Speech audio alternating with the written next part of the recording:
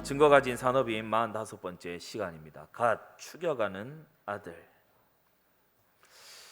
군대에 박격을 받으나라고 했어요. 이 세상으로부터 공격받는 것을 말하는 거지요. 박격이다. 이거는 단지 공격이 아니고 굉장히 강한 그런 공격, 너무나 좀 치명타를 입은 것 같은 그런 공격을 받는다.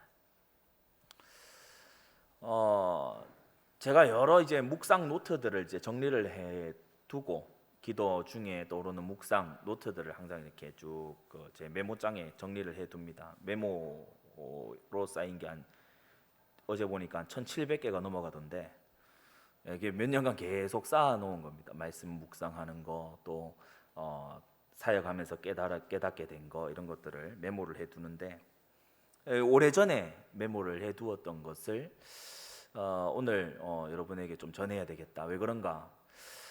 세상에서 박격을 당하는 일이 성도들에게 많이 있어요. 어떻게 박격을 당하냐? 불신 세상이 쓰는 꼼수에 자꾸 이렇게 속아요. 불신 세상의 꼼수에 자꾸 이렇게 속기 때문에 그런 거죠. 야고보서 3장에 보면은 두 가지 지혜가 있는데, 하나는 세상적이고 정욕적이고 마귀적인 지혜가 있고, 또 다른 하나는 위로부터 나는 지혜가 있는데 성결하고 아주 화평을 도모하는 그런 지혜가 있다. 디모데후서 3장에도 보면은 악한 사람들은 더욱 악하여져서 속이기도 하고 속기도 한다. 그래서 제가 지금 서론에서 말씀드릴 이 5가지는요, 여러분이 알고 있되 이대로 살면 안 됩니다. 여러분 정말 순수를 추구하는 하나님의 백성들 되시기 바랍니다. 그래서 불신 세상의 꼼수 5가지, 불신 세상이 자주 쓰고 즐겨 쓰고 뭐 당연한 거 아니냐 이렇게 돼 있는 5가지. 첫째가 뭐냐면은 인터셉트, 가로채기입니다.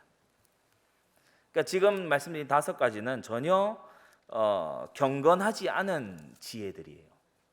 경건, 영어로 godliness, 하나님을 닮아 있음. 하나님은 가로채는 분이 아니죠. 하나님은 줄 자에게 주시고, 용서할 자 용서하시고, 보응할 자 보응하시고, 이렇게 하는 분이시지, 대원칙을 딱 세워두시고 하시는 분이시지, 막 중간에 모르게 가로채고 이런 분이 아니거든요. 성경이 다 드러나서 기록되어 있지 막 비밀 문서가 아니지 않습니까? 첫째, 가로채기. 어떤 식으로 하는가 하면은 도와주는 것처럼 아주 선량하게 접근을 해서 몰래 이익을 가로채는 거예요. 몰래 어떤 것을 가로채는 거예요. 이게 세상에서 주로 사람들이 쓰는 꼼수에 아주 만연해 있는 꼼수입니다. 가로채기. 어떤 분이 참 주변 사람들이 이렇게 막 좀 싫어해요. 그래서 제가 만나서 물어봤어요. 어떤 일 때문에 그러냐? 그러니까 뭐 이렇게 자기가 도와줬는데 뭐 나를 난처하게 한다는 거예요. 그러냐? 그럼 소상히 한번 얘기를 해봐라. 제가 얘기를 쭉 듣다가 보니까 받으면 안 되는 거를 지금 받았어. 그래가지고 이거 왜 받았냐? 이러니까 그거는 우리 이 세계에서는 당연히 그렇게 하게 돼 있는 거. 그래 제가 다시 봤어요. 그 사람을. 그 받은 거를 당신이 도와준 그분이 아냐? 이러니까 막 이렇게 얼버무려요. 삥땅의 정의가 뭔지 아냐? 안 알리고 수고비 받는 게 삥땅이다. 그러니까 이러더라고요. 그러니까 이게 개념이 이상하게 들어가 있는 거예요. 알려주지 않은 수고비. 자기는 수고했기 때문에 나 이 정도 받아도 된다 생각했겠죠. 근데 그게 알고 보면 가로채기, 불신 세상의 꼼수입니다. 뭐 예를 들어서 누군가가 막 어떤 예를 들어서입니다. 뭐 이렇게 여러 가지 우리가 뭐 통신사를 쓴다든지 또 여러 가지 뭔가 서비스를 이렇게 활용을 하잖아요. 뭐 계약을 컨트랙트를 하고 이렇게 하잖아요.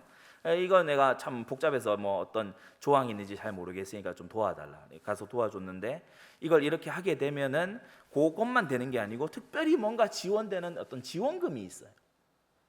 근데 지금 이 도움을 받은 이 사람은 지원금이 있다는 사실을 2년 내내 몰랐어.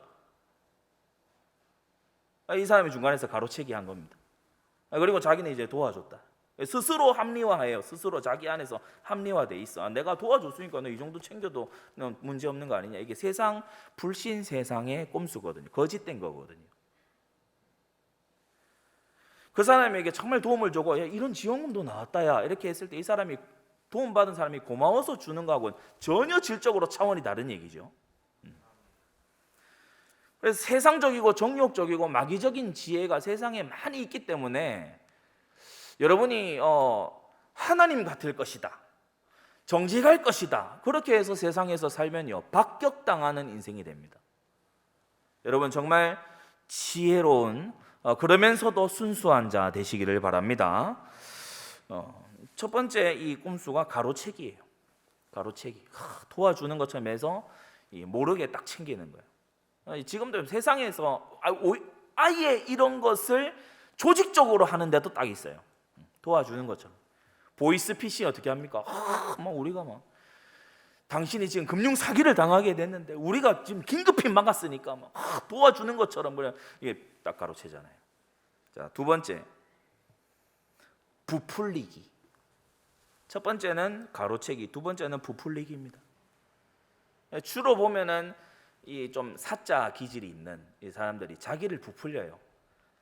누구를 내가 안다, 인맥, 그죠? 진짜 거기서 공부했으면은 그런데 또 이 걸리면 큰일 날 일을 또 학벌을 막 부풀리기도 해요. 공부 안 했는데 공부했다 그러고, 그리고 자신의 성과를 막 부풀려요. 자신의 성과를 막 부풀립니다. 어떤 물건이 이렇게 예를 들어 물건이 있으면 이 물건의 가치를 엄청 뻥튀기를 해서 막 선전을 하고 얘기를 해요. 과도할 정도로. 그리고 이제 겉모습을 어떻게 하냐, 막 되게 막 뭔가 있는 사람처럼.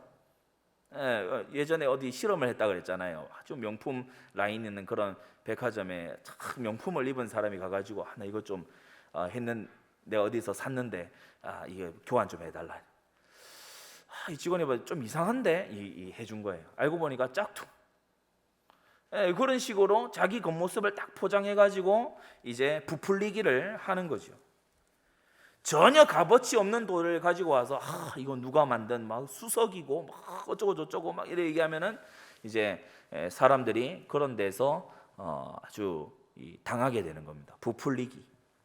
또 부풀리기는 이런 굉장히 자기를 아주 이렇게 부풀리는 것도 있지만 또 다른 한편으로요 아주 정반대로 자기 자신의 어떤 난처한 상황, 애처로운 상황을요 과도하게 또 부풀리는 경우가 있어요. 죽을 것 같다. 내가 지금 막 힘들다. 제 중학교 2학년 때 2,000원 빌려가서 1년이 지나도 안 갚은 그 친구도 항상 죽겠다 그랬어요. 내가 지금 죽을 것 같다. 그리고요 매점 가서 쌍쌍바 사 먹고. 제가 이게 2,000원 없어도 되는 돈이에요. 뭐 그냥 줬다 생각해도 근데 마음에 괘씸한 거 있죠. 놀리는 것 같은 거예요. 난 지금 돈도 100원도 없고 막 중학교 2학년짜리가. 근데 좀 있어 보면은 막 쌍쌍밥 먹고 소다밥 먹고 이러고 있잖아요. 이게 너무 좀 누구 바보로 하는가? 막 이런 이제 생각이 들 정도로 부풀리기. 여러분이 자기를 막 부풀려 얘기하는 사람, 야, 저 사람 뭐 있어? 그런 사람을 하나님보다 더 신뢰하기 시작하면 이제 일 나는 겁니다. 이 교회 생활을 쭉 해 나가고 한 교회에 오래 있다 보면은 어떤 사람이 좀 세상적으로 부풀리기를 잘한다. 그런 게 이제 이 캐치가 되는 경우가 있죠. 또 거기에 피해를 입는 사람들이 조금씩 나오기도 하고, 그런 사람이 있는 주변에다가 가서 미리 딱 지명은 하지 않지만 얘기를 주변에 해요. 왜냐, 사역을 해야 될 거 아닙니까? 예방 사역을 해야 되잖아요. 어느 날 갑자기 부목사님 하면서 통화 너머에서 계속 한숨 쉬면은 입냄새는 안 날지라도 되게 이렇게 마음이 불편하거든요. 그래서 왜 그럽니까? 그러면 돈을 못 받고 있습니다. 내가 왜 그래? 얼마를 못 받고 있습니까? 그러면 굉장히 많은 액수를 못 받고 있어요. 속으로 두 가지 생각이 듭니다. 하나는 안 됐다. 어째 그런 일이 있냐? 또 하나는 드는 생각이 돈이 참 많은가 보다. 돈이 남아 썩어나나 보다. 부풀려서요. 막 뭔가 막 될 것처럼 그러니까 막 알아서 가서 돈을 집어 넣어줘요. 선전에 속아서, 부풀리기에 속아서. 서울에 막 이렇게 강남 이런 데 가면요, 반지하 살고 이러는데 벤츠 몰고 다닙니다. 그거요, 사기성이 있는 인간들이에요. 자기를 부풀리는 거예요. 자기 있는 실력보다 더 막 부풀리는 거예요. 그게 나중에는 이제 자기가 감당 안 되는 수준 정도로 막 학위도 없는데 교수가 되고 막 이런 수준으로 이제 나아가기도 하지요. 세상은 이런 사람들이 많이 있다. 여러분 분별력을 갖고, 특히 이 자리에 우리 대학 청년들 분별력 갖고 세상에 나아가야 될 줄 믿습니다. 셋째, 꼼수 중에 참 희한한 꼼수가 셋째, 까내리기예요. 까내리기. 주로 이제 권위자를 까내리는 거, 또는 악평을 하고, 그죠? 이제 몇몇 사람과 함께 그 상대를 아주 흠을 잡고 악평을 탁 해요. 아주 자기는 객관적이고 아주 정확한 분석을 하는 것처럼 탁 악평을 합니다. 또는 비아냥대요. 우스갯거리를 만들어요. 그 상대를 아주 별 볼 일 없는 사람으로. 그러면 이제 앞서 두 번째 말한 것처럼 그 사람보다 자기가 쓱 올라가죠. 난 이 정도로 알고 있어, 난 이 정도로 보고 있어. 그런 것이 이제 깔려 있는 겁니다. 이 까내리기.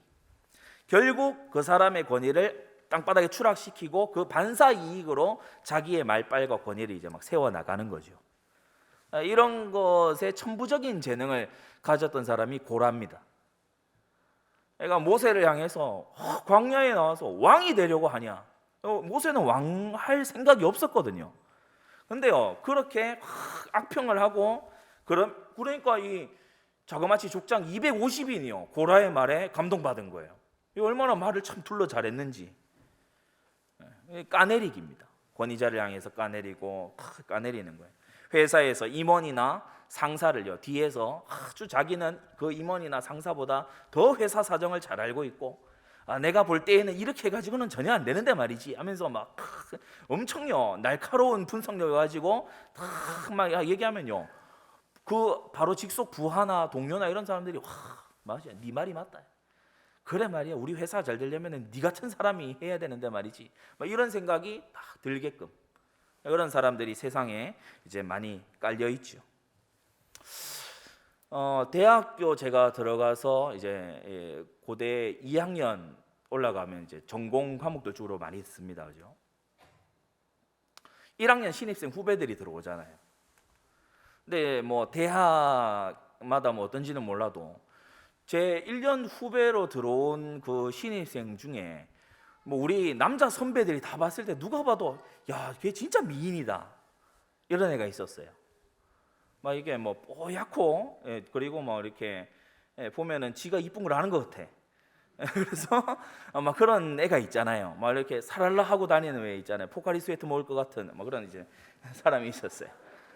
이 선배들이 별로 얘기 안 하는 것 같은데 우리 동기들도 은근히 좀 관심을 좀 가지는 것 같고 이런 얘기들을 해요. 어느 날 어떤 한 애가 아주 이렇게 말도 잘하고 막 부침성도 있고 MT도 막 이렇게 가고 막 이런 친구예요. 우리 동기인데 와가지고 딱 얘기하는 거예요. 자기가 걔랑 아주 깊은 관계다. 근데 얘 알고 보니까 아주 겉보기하고 다르게 굉장히 좀 문란한 것 같다. 이제 문란한 애다. 그래 얘기를 하고 이제 가는. 근데 사람이 참 미안한 게 그런 얘기를 한번 딱 듣고 나니까 그 다음부터요 전혀 확인된 것도 없는데 깨름칙한 거예요, 그냥. 근데 저보다 이제 한 살 위에 있는 어떤 선배가 그 말을 했던 게 제 기억이 나요. 저 자식 저거 서동요 부르는 거 아니야? 서동요. 서동이 장터 다니면서 공주가 나랑 서동이랑 결혼한다. 서동이랑 결혼한다. 그러니까 난리가 나, 추문이 나고 난리가 나고 나중에 결국 서동하고 결혼 이제 하는 거 아닙니까? 근데 보니까 한 1년쯤 지났나? 걔가 만나고 있는 거예요. 지 말에 의하면 굉장히 문란한 애인데 얘가 사귀고 있는 거예요. 그런 일도 있습니다. 그래서 머리 엄청 굴려요. 그러니까 이 아이에 대해서 굉장히 막 악평을 내놓고 이렇게 하면은 이제 다른 남자 선배나 이런 사람들이 얘를 이상하게 보고 이제 가까이 안 할 거 아닙니까? 그러니까 이제 그때 이제 자기가 딱 완전 고립시켜 가지고 이제 자기가 딱 깎아내리기, 까내리기. 목적을 이루기 위해서 이런 꼼수도 세상은 쓴다. 막 악평을 합니다. 안 좋. 우리 목사님 한번 그 예도 말씀하시잖아요. 군대에서 이 고기 썩었다. 막. 그러고 난 다음에 아무도 안 먹으면 자기가 이제 먹는 거야. 꼼수, 까내리기. 저 사람이 왜 저렇게 까내리나 한번 좀 생각해 볼 뻔한데 화려한 언술에 휘말리면요, 자기도 어느 생각, 저건 안 될 일을 하고 있다. 그렇게 가는 겁니다. 네 번째, 얹혀가기입니다. 무임승차, 빨대 꽂기. 뭐냐면은 단체로 어떤 막 큰 어떤 일을 할 때 자기가 막 솔선수범해서 앞장서는 것 같아요. 근데 알고 보니까 그렇게 했을 때 콩고물이 있어. 그거는 또 이제 전체한테 얘기를 안 합니다. 자기가 예를 들어서 뭐 어떤 것을 이렇게 탁 하게 되면은 추가적으로 플러스 알파로 딱 오는 게 있어요. 그걸 이제 바라보고 뭐 이렇게 10개 사면 1개 더 주는, 예를 들어 이런 거 있잖아요. 근데 막 10개 살 거라고 다 이렇게 모았어. 그리고 이제 자기는 돈 안 내고 10개 산 그걸로 하나 플러스한 걸로 자기는 딱 하는 거예요. 스스로 생각하죠. 내가 정당하게 얻었다. 그래 생각하지만 사실은 말 안 했기 때문에 이 사람들이 나중에 알게 됐을 때는 당했다 이렇게 딱 느끼는 거죠. 이 비슷한 원리가 다단계입니다. 얹혀가기에 아주 체계화된 버전이 다단계예요. 자기 아래 달린 사람의 노력에 자기의 이 수입을 얹어가지고 받는 거죠. 정확히 얹혀가기, 빨대 꽂기, 그게 다단계에서 벌어지는 일입니다. 많이 빨대 꽂을수록 자기가 아주 많이 얻는 거예요. 세상은 그렇게 이 사람들이 속이고 속고 이렇게 살아가죠. 다섯 번째, 편가르기입니다. 편가르기. 불만을 제기해요. 그러니까 은근히 이제 이간을 붙여요. 때때로 보면 있는 사실을 가지고 이간을 붙이기도 하지만 전혀 정말 상상도 못한 일을 가지고서 이간을 붙이는 경우도 있어요. 저는 그런 경우도 몇 번 봤거든요. 전혀 하지 않은 말을 가지고 나중에 가면요, 막 이 사람 내가 언제 그런 말 했냐고 막 완전히 그 당사자하고 싸울 정도로. 근데 보면은 이 사람이 그런 말 할 이유도 없고 그런 말 한 적도 사실 나중에 보니까 없어요. 근데 이 사람이 자기 상상 속에서 지어냈어요. 제가 얘를 미워하는 것 같다. 가가지고 일러주는 거예요. 얘가 너 미워한다. 나한테 얘기했다. 이걸요 그대로 받아들여서요. 저 사람이 날 싫어하니까 지금 이런 것이 됐구나.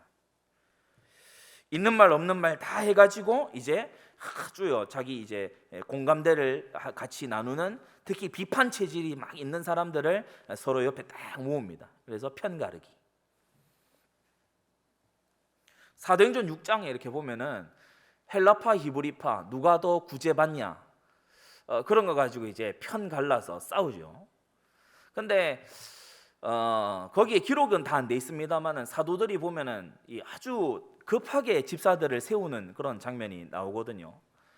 아마 사도 중에 한두 사람에게 와서 물어봤을 것 같아요. 어느 편 할랍니까?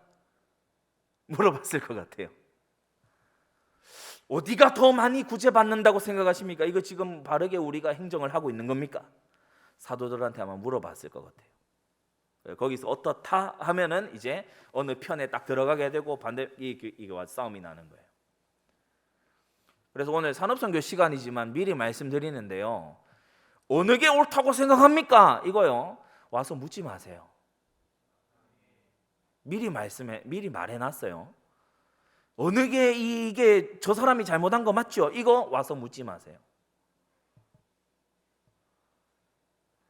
그 시간에 기도하고 훈련받고 전도하시기 바랍니다. 초대교회는 그랬어요. 사도들이 막 나는 헬라파다, 나는 히브리파다 거기에 휘말려 들어가지를 않았어요. 그러한 때예요. 다투는 사람은 다투게 가만히 놔두고 사명 감당하고 복음 전하고 지역 살리고 이렇게 해 들어간 것입니다. 사람들 중에는요, 편갈라 싸우는 게 아주 천성에 맞는 사람들이 있거든요. 서로 막 눈을 부라리고 이런 걸요 되게 즐기는 사람들이 있어요. 뭔가 막 누구하고 누가 막 아웅다웅하고 막 우리가 왜 영화나 이런 것도 존과 제인이 평안하게 만나서 서로 화목한 가정을 이루어서 해로하고 늙어서 아름답게 이렇게 임종했답니다. 아무도 안 보잖아요. 그걸 누가 봐요? 빌딩에 폭탄이 설치되어 있다.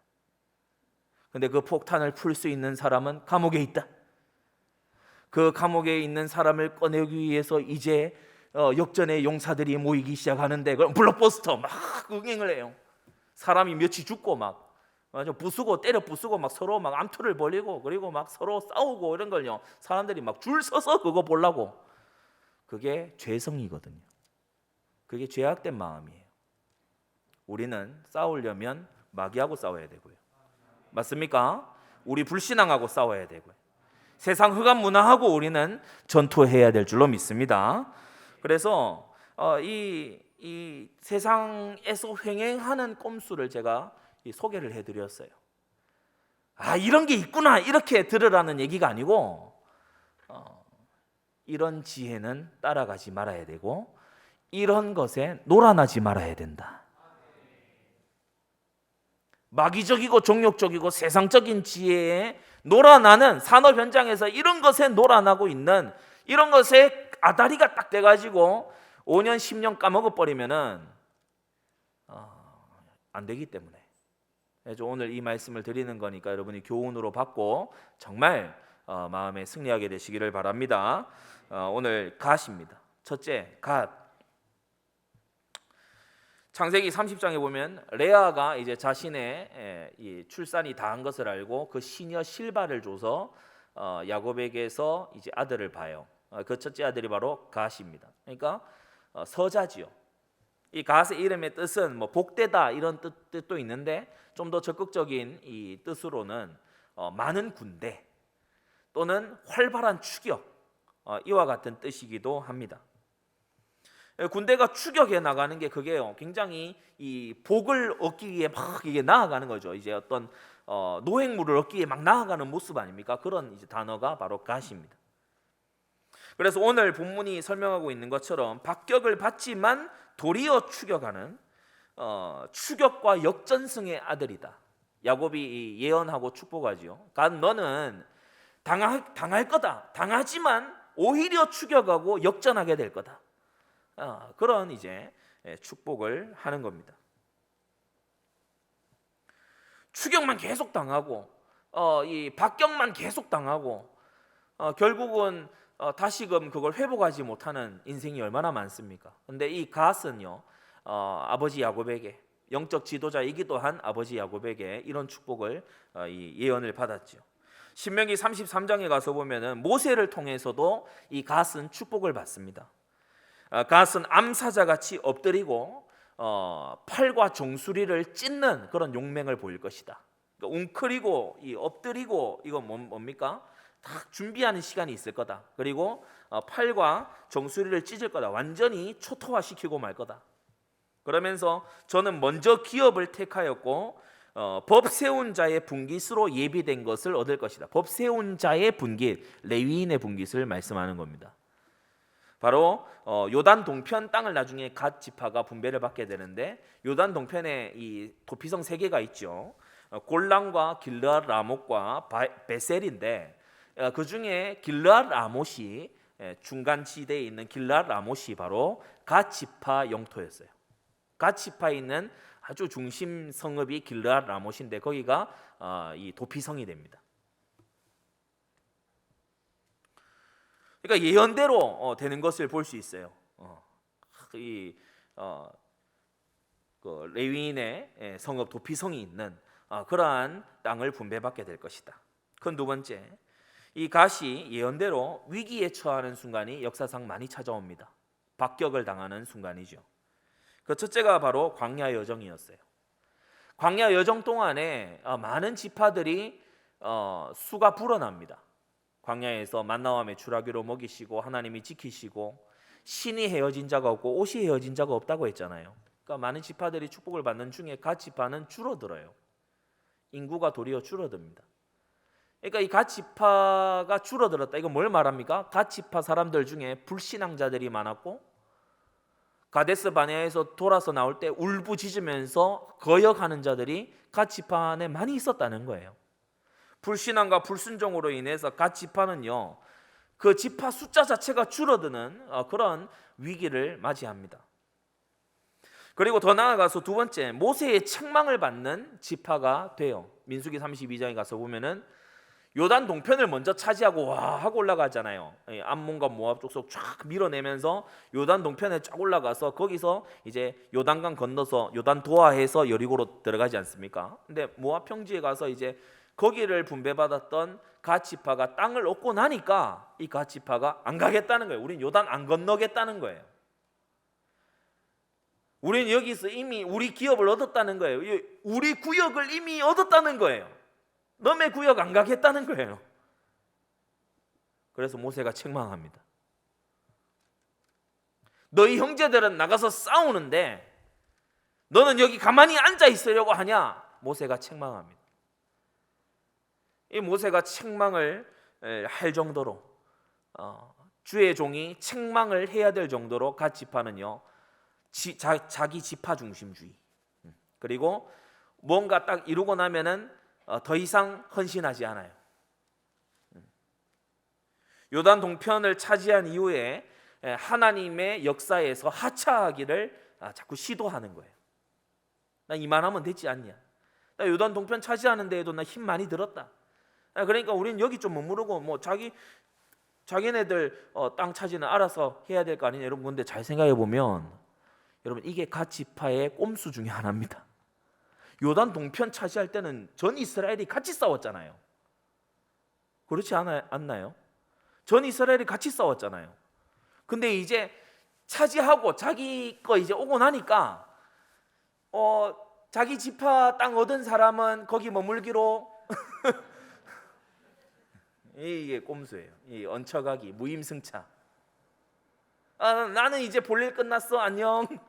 이게 갓 지파입니다. 그러니까 모세가 책망을 하잖아요. 너희가 여기 머물고자 하면 여호와의 진노가 임할 것이다. 그렇게요, 책망하는 것을 보게 됩니다. 모세의 책망과 경고로 인해서일까요?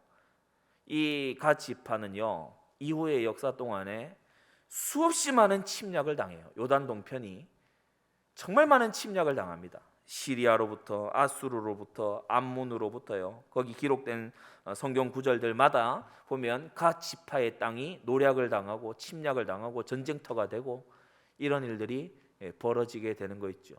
중요한 키포인트 하나가 민수기 32장에 숨어 있는 거 아시죠? 갓 지파의 남자들만 정복하러 갔고 아내와 어린이들은 요단 동편에 남겨뒀어요. 다른 모든 지파는 여인들도 자녀들도 그 가나안 정복 전쟁에 요단을 건너서 여리고성 무너지는 거를 아이들이 봤어요. 아이성에서 대표하는 걸 아이들도 또 봤어요. 불신앙하면 이렇게 되는구나.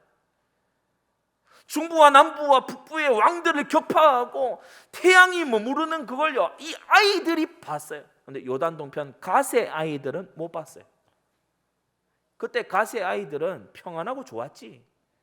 딱 안정된 성읍에 딱 머물러 있으면서 밥 먹으면서 평안했지, 좋았지, 따뜻했지. 근데 하나님의 시대적인 역사, 여러분, 해와 달이 멈춘 거는 역사상 그때밖에 없었잖아요. 근데 그런 걸 후대가 못 본 거예요. 하나님의 역사를 못 본 거예요. 나중에 어떻게 됩니까? 여러 나라들의 노략이 되고 박격을 당하는 땅이 되고 마는 거 있죠. 자, 큰 세 번째로, 예언대로 박격을 당하지만 갓은 다시 재충전해서 추격하는 것을 볼 수 있습니다. 성도 여러분, 넘어질지라도 7번 넘어질지라도 8번 일어나는 자들 되시기를 바랍니다. 갓을 통해서 우리가 배워야 될 건요, 넘어져도 일어난다. 대저 의인은 7번 넘어질지라도 다시 일어난다 라고 했습니다. 왜냐? 의지력이 강해서가 아니에요. 주님이 힘 주시기 때문에, 주님이 믿음을 주시기 때문에 다시 일어날 수 있는 거예요. 그래서 이 신자는요 절대 안 하는 생각이 있어요. 난 안 돼, 이 생각 안 합니다. 주님 안에서 난 모든 것이 가능하다. 내게 능력 주시는 자 안에서 내가 모든 것을 할 수가 있다. 가난해도 부여해도 모든 처지에 나는 처해 있지만 그리스도 예수께서 시키신 사명을 나는 완수할 수 있다. 갓은 그러한 의미에서 우리에게 아주 귀감이 됩니다. 아까 모세가 책망했다고 했어요. 저주 섞인 책망을 했어요. 너희가 이렇게 무임승차하고 말이지, 요단동 편 차지할 때는 우리가 다 같이 싸웠는데 너희 쏙 빠져가지고 말이지, 그렇게 하려고 지금 하다니, 하나님이 진노가 있을 줄 알아라. 이럴 때에 뭐 완고한 고라 같은 사람은 잘해봐 그러면. 우리 여기 분기 얻으려고 우리도 수고 안 한 거 아닌데. 뭐 이렇게 우리가 좀 빠진다고 해가지고 안 될 일도 아닌 것 같은데. 뭐 전략 세워서 잘 싸우면 되는 거 아니야? 우리가 꼭 가야 되나? 우리가 간 사이에 이 성읍이 또 털리면 어떡하려고 지금 저러는 거지? 뭐 대책도 없나? 그렇게 하지 않고 바로 회개하는 걸 보게 됩니다. 여러분, 이게 주님의 은혜예요. 주의 종이 책망하니까 갓 지파 사람들이요 한 목소리로 회개해요. 우리가 선봉에 서겠습니다. 그냥 같이 가겠습니다도 아니에요. 우리가 선봉에 서겠습니다. 앞장서서 싸우고 우리 형제 지파들의 모든 땅을 다 얻을 때까지 우리 돌아오지 않겠습니다. 딱 이렇게 나오는 거예요. 그러니까 이게 얼마나 참 다시금 추격하는 신앙인의 자세입니까? 여러분, 회개하는 건 부끄러운 일이 아닙니다. 회개 안 하는 게 부끄러운 일이지, 회개하고 고치겠다라고 하고 나 새롭게 하고 싶다라고 하고 정말 내 새 마음으로 나 지금 시작한다, 이건요 부끄러운 일이 아니에요. 나 정말 꼼수 버리고 나 진짜 하나님의 지혜로 나 살기를 원한다, 이거요 부끄러운 일 아니고 정말 신앙인의 자세임을 믿습니다. 그래서 어제까지 꼼수로 살았더라도 오늘부터는 하나님의 방법으로. 갓은 그렇게 회개하고 선봉으로 나선 거예요. 역대상 12장에 가서 보면요, 도피 생활 중에 있는 다윗을 이 갓 지파가 요단 동편으로 넘어왔을 때 굉장히 잘 도운 그런 지파가 바로 또 갓 지파이기도 합니다. 나중에 에스겔 선지자를 통해서 에스겔의 환상 중에 있는 그 성전에서 이 갓 지파가요 남방의 가장 큰 분깃을 이 갓 지파가 받게 되죠. 이건 예언적 의미가 있습니다. 남쪽에서부터 올라오는 북쪽은 원래 재앙의 이 방향이거든요. 북쪽에서부터 가마가 쏟아져서 북쪽은 이 에스겔의 많은 상징들이 나오는데 북쪽은 재앙과 징계와 징벌과 심판의 이미지인데 그 정반대 남쪽은 뭐죠? 남쪽에서 이 구원과 회복과 그리고 부흥, 이런 것들을 이제 상징하는데 이 갓 지파가 제일 남쪽에 있는 곳에 자기의 분깃을 얻어요. 우리 주님을 이 복음서 처음에 누가복음이나 마태복음 딱 펴서 보면은 뭐라고 나옵니까? 애굽에서 올라오실 때 내 아들을 애굽에서 불러 올렸다. 애굽이 남쪽에서부터 불러 올리는 거잖아요. 바로 구원의 이 여정, 애굽에서부터 가나안으로 구원의 여정, 우리 구원자께서 오심을 보여주는 남쪽에서부터 올라오는 이 방향, 그 축복을 갓이 계승하게 되는 겁니다. 그래서 갓 지파를 통해서 하나님께서 이스라엘의 구원을 보이겠다. 좀 더 넓은 의미에서 얘기하자면 이스라엘이 받는 구원은 바로 이런 역전승의 구원이다. 역전승의 구원. 우리가 승부 중에 제일 짜릿하고 재밌는 승부가 뭐예요? 역전승부잖아요. 역전승부. 계속 지고 있는 거예요. 우리 남자 성도님들 기억하십니까? 때는 바야흐로 2002년 월드컵 16강. 우리에게 다른 어떤 우리 남자 성도님들 다른 장면은 많이 안 남아 있을지라도 그 이탈리아전 아직 못 본 친구들도 여기 좀 여럿 있어요. 아무튼 그때 대단해. 그때는 코로나도 없었고 그때 대단했어요. 저도 거의 뭐 미쳐서 날뛰었으니까 그때 설기현 왼발슛 그리고 이 안정환 헤딩. 그때 제가 막 완전히 아파트가 들썩였다는 거 아닙니까? 그때는 층간 소음 이런 거 전혀 뭐 누가 얘기도 안 했어요. 제가 베란다에서 와 하니까 저쪽에서 와 해요. 그날 밤 차를 몰고 잠깐 목사님이 나가보자 하시더라고요. 나와 보니까 이 시민운동장으로 해서 사람들이 빰빰빰빰빰 난리예요. 왜냐? 그냥 이긴 게 아니고 역전승으로 이겼거든. 거의 질 뻔했어요. 다 지는 줄 알았어. 근데 역전승으로 이기니까 이게 그냥 이기는 거하고는 또 달라. 너무 짜릿하고 너무 기쁘고 막 기쁨이 배가 되고 이러는 거예요. 성도 여러분, 지옥으로 내달리던 우리 인생에 역전승을 주신 분이 우리 주 예수님이십니다. 역전승. 지금 당하는 고난, 장차 받게 될 영광과 비교할 수 없다. 역전승의 은혜. 이 갓 지파에게요, 한 구절 딱 적어놨지만 이 갓 지파가 오직 하나님의 은혜로, 뭐 자기들이 언간히 깨달아서 회개했겠습니까? 자기들이 언간히 깨달아서 뭐 다윗을 도왔겠습니까? 하나님의 은혜로 역전승의 은혜를 누릴 수 있게 된 거예요. 우리 성도님들도 오늘 이 말씀처럼 갓 지파에게 임한 역전승의 은혜가 있게 되기를 바랍니다.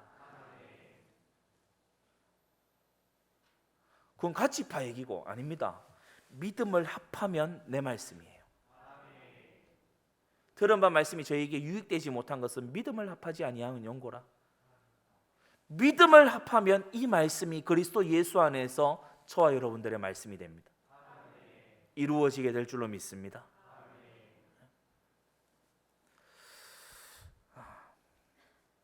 갓에 대해서 이렇게 또 제가 산업선교 준비하면서 참 저에게도 유익해요. 원어도 뜯어보고 또 여러 배경도 뜯어보고 역사도 뜯어보고 여러 가지 하면서 저는 갓 지파가 진짜 좀 신기한 것 같아요. 원래 이 첩의 아들들이 보면은 전부 다 엇나가거든요. 근데 이 갓 지파는요, 희한한 게 사람이 이 주름 관계 없어요. 그러니까 이 갓 지파 사람들이 보면은 화통해. 모세가 막 책망하니까 왜 우리가 선봉 갈게요. 그러니까 이 사람 뒤끝이 없어.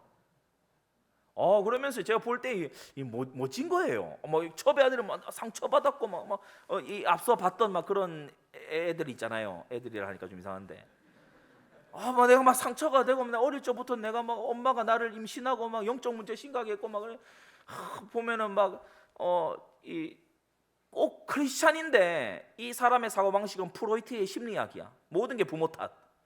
프로이트 심리학을 한 문장으로 정리하면 모든 것은 부모 탓이다. 아닙니다. 각자 자기 죄 때문에 그런 거고 각자 자기 하나님께서 주신 사명을 찾고 달려나가야 되는 거예요. 갓 지파는 그런 의미에서요, 서자로 태어나서, 그것도 학렬이 낮은 아들로 태어나서 많은 박격을 당했지만 이후에 용기를 얻어서 다시 추격해 나가는 이런 놀라운 신앙의 면모를 보이고 있다.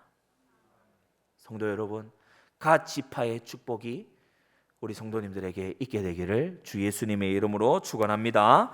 기도하겠습니다. 거룩하신 하나님 아버지, 추격하는 아들 갓을 보면서 우리가 큰 교훈을 얻게 하시니 감사드립니다. 세상에는 온갖 종류의 꼼수들이 난무하고 악한 사람들 더욱 악하여져서 속기도 하고 속이기도 하는 이 말세지 말에 우리는 참으로 박격을 당하는 그러한 일이 혹 있을지라도 아버지, 믿음으로 담대하게 일어서서 다시금 추격하는 이 갓 지파처럼 주님을 신뢰하기에 낙담치 아니하고 일어서 행하는 우리가 되게 하여 주시옵소서. 자기만을 알고 기업을 얻었다고 해서 뒤로 물러설 뻔한 이 갓을 모세가 책망하였을 때에 갓은 즉시 회개했습니다. 우리도 이와 같은 자들이 되게 하여 주시옵소서. 현실에 만족하고 받은 응답에 안주하는 자가 아니라 우리 모든 성도들의 응답을 위하여, 내 응답이 아니라 내 곁에 있는 지체의 응답을 위하여 뛰어가 헌신할 수 있는, 앞장서 헌신하고 충성할 수 있는 우리 모든 성도들 되도록 은혜 베풀어 주시옵소서. 예수 그리스도의 이름으로 기도드리옵나이다. 아멘.